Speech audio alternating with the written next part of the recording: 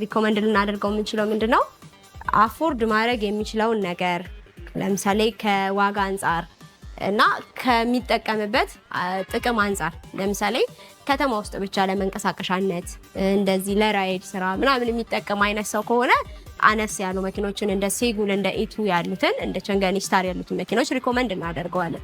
ነገር ግን ደግሞ ትንሽ ደግሞ ግሬስ ያላቸውን ምቾት ያላቸውን ኦፕሽናቸውም ከፍ ያለ ነገር ለሚፈልጉ ደግሞ በከተማ ስታንዳርድ ብቻ ለዚህ ከተማ ውስጥ ለሚጠቀሙ ደግሞ እንደነ ዮአናብ ሶንግ ፕላስ ዮአን ፕላስ እንደ ሲላዮን ያሉትን ኢቪ መኪኖችን ሪኮመንድ እናደርጋቸዋለን። እንደገና ደግሞ ከክላሳቸው ጋር ሃይ ክላስ ለሚፈልጉ ደግሞ እንደነ ታንክ ኤል እንደነ ሊዮፓርድ የሆኑትንም ስለዚህ ሪኮመንድ እናደርጋቸዋለን። በዛ ጊዜ ደግሞ የስራቸው ሁኔታ ፊልድ የሚያስወጣቸው ከከተማው ውጪ ብዙ የሚንቀሳቀሱ ሰዎች ከሆኑ ደግሞ ፕለጊን ሃይብሪድ የሆኑ መኪኖችን ቢጠቀሙ ሪኮመንድ እናደርጋቸዋለን። ምክንያቱም እንቅስቃሴያቸው ብዙ ዲስታንስ ሊሆን ስለሚችል በኪሎ ሜትር ባውንደሪ እንዳይያዙ ሃይብሪድ የሆኑ መኪኖችን እንዲጠቀሙ ሪኮመንድ እናደርጋቸዋለን።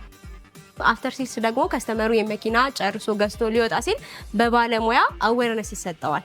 ያ ማለት እነዚህ ቴክኖሎጂያቸው አዲስ ከመሆኑም የተነሳ እላቸው ላይ ያሉ እያንዳንዱ በተኖች ምን ፋንክሽናል እንዳላቸው እንዴት መጠቀም እንዳለበት ከዛ ባለፈ ደግሞ ይሄ መኪና በሚነዳበት ሰዓት ደግሞ ምን አይነት ጥንቃቄዎች በቻርጂንግ ታይም ላይ ምን አይነት ጥንቃቄ ማድረግ አለበት እንደገናም ደግሞ የባትሪ ፐርፎርማንሱ እንዳይወርድ በባትሪውም በምን አይነት መልኩ መጠንቀቅ አለበት የሚለውን ቻርጅ አጠቃቀሙን ብዙ ጊዜ በፋስት ቻርጀር ጊዜ ባይጠቀመው ሪኮመንድ ተደርጎ እንደነዚህ አይነቶችና ሌሎች ሙያዊ የሆኑ ገዛዎችን ከስተመራችን ከመሄዱ በፊት እነዚህን አዌርነስ ሰተነው ነው የምንሄደው። ስለዚህ ይሄ ያሚ የመኪና አስመጪን ከሌሎች የመኪና አስመጪ ድርጅቶች ለየት ያደርገዋል ማለት ነው።